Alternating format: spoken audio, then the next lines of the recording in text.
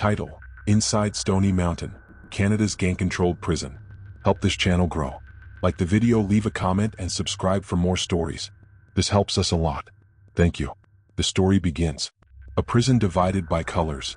Stony Mountain Institution sits just outside Winnipeg, Manitoba, a quiet prairie landscape hiding one of the most dangerous environments in Canada.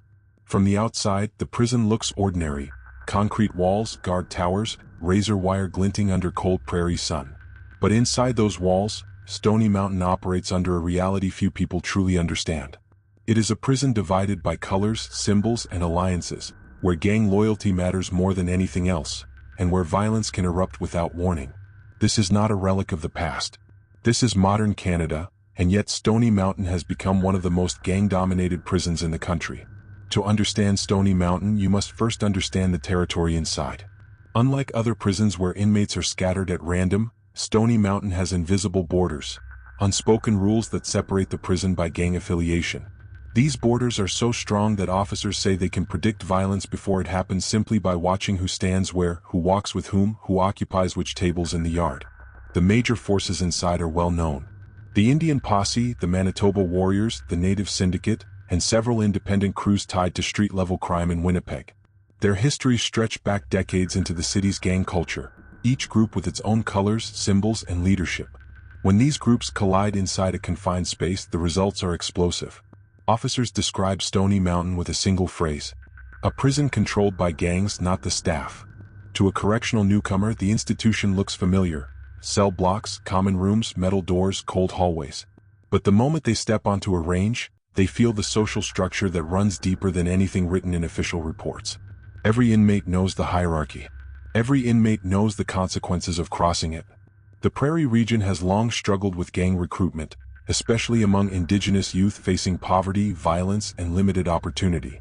Many of those same individuals eventually find their way into Stony Mountain, bringing street rivalries with them. Inside, those rivalries harden. If an inmate wasn't in a gang before, they often join one for protection. Alone means vulnerable. Vulnerable means dead. One officer, speaking anonymously, once said, "You don't ask if someone is in a gang. You ask which one." Stony Mountain's violence statistics reflect its reputation. 4 years, the institution recorded some of the highest assault and stabbing rates in Canada. Weapons are technically banned, but in reality they are hidden everywhere. Burnt toothbrushes sharpened into points, metal strips pulled from vents, even improvised blades carved from plastic or wood. In response, the prison created special areas known as no-weapon zones. These are tightly monitored units where searches are constant, inmate movement is restricted, and officers attempt to maintain peace by isolating the most violent groups. But even these zones have limits. Gangs adapt, contraband moves, and sudden violence still breaks out. The tension inside Stony Mountain isn't always loud. Sometimes it's silent: a long stare in the chow hall, a whispered conversation near the showers, a sudden lockdown that leaves every inmate guessing what just happened. Officers say they can feel when something is coming. Inmates become quieter. Groups huddle closer. Ranges feel colder, heavier, different. Stony Mountain is also known for having one of Canada's worst problems with prison drugs, especially meth and fentanyl. These substances fuel paranoia, aggression, and desperation. Combined with gang control, they turn a volatile environment into something even more dangerous. Officers often say they are fighting 3 battles at once: contraband, gangs, and mental instability. Despite the danger, the institution continues operating day after day.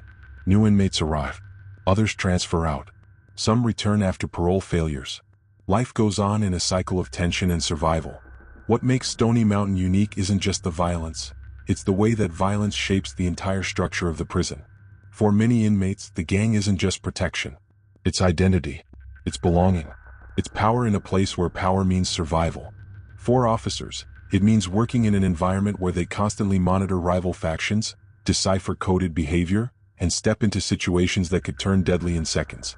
And yet, even with its dangerous reputation, Stony Mountain remains one of Canada's most important correctional facilities. But behind the steel doors and concrete walls, the truth is clear. Stony Mountain Institution is a prison divided, not by bars but by allegiance. To understand how dangerous this place truly is, we must go deeper into the events that shaped its reputation. The riots, the murders, the gang wars, and the rise of the no-weapon zones, that turned this prison into a battleground. When the gangs take over.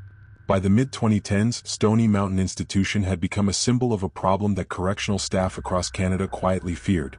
Gangs were gaining more control inside the prison than the officers who worked there. The numbers, the reports, and the events all pointed to the same conclusion. Stony Mountain wasn't just experiencing violence. It was being reshaped by it. Every range inside the institution reflected the same reality.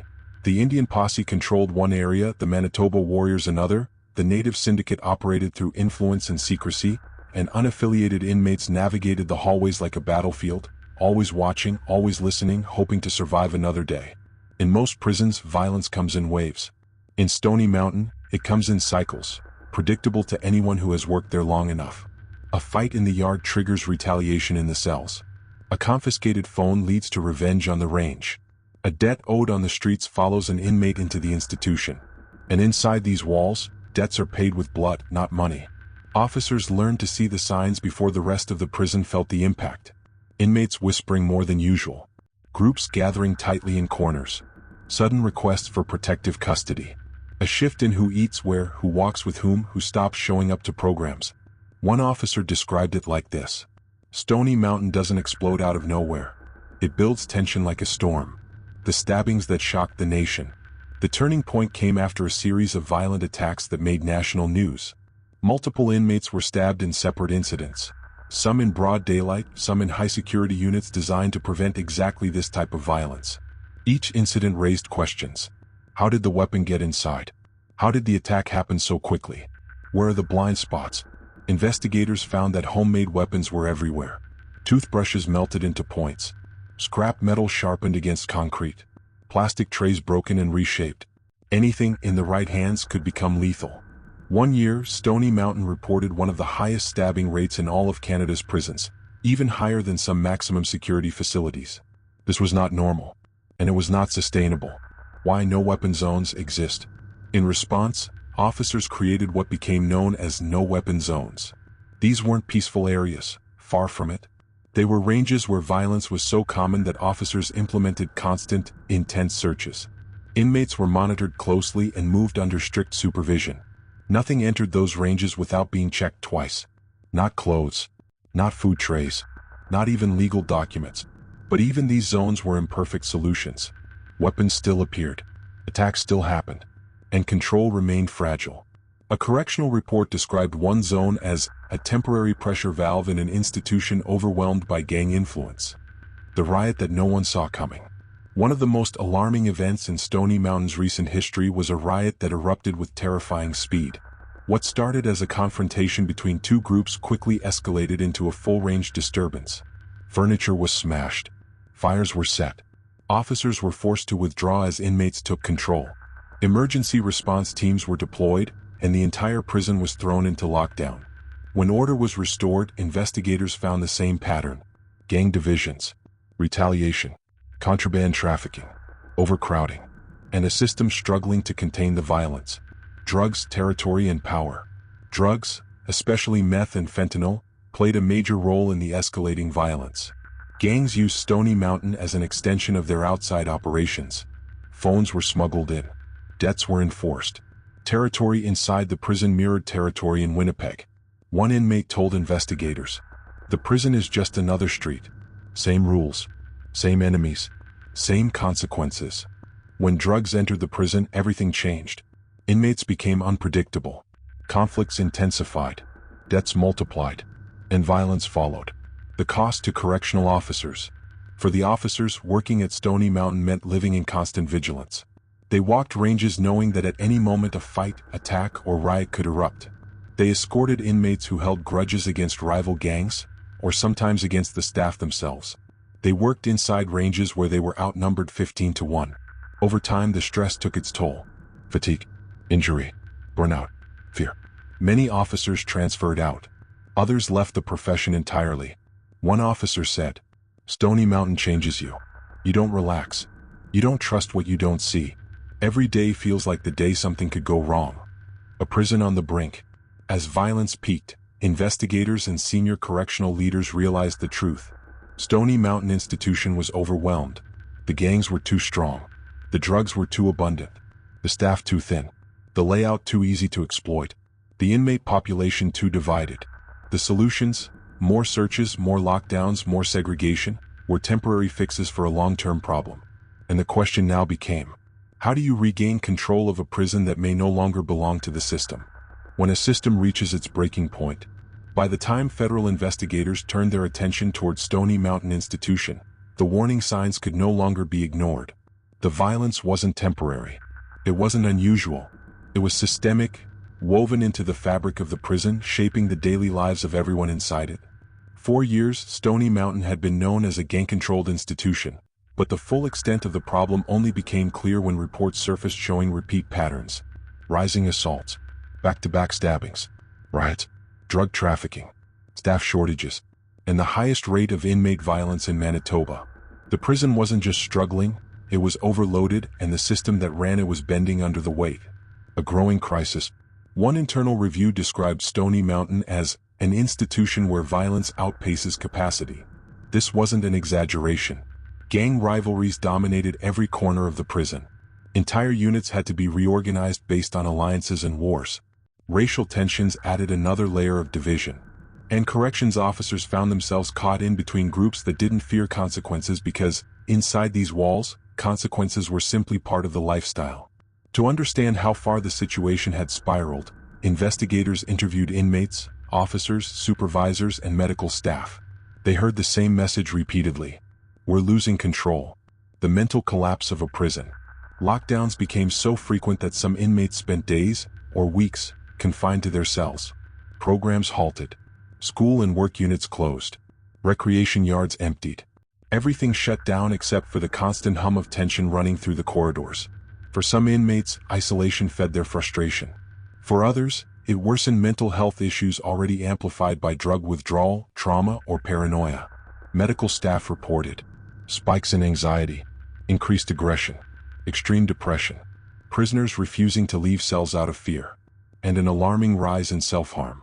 This wasn't rehabilitation. It was survival.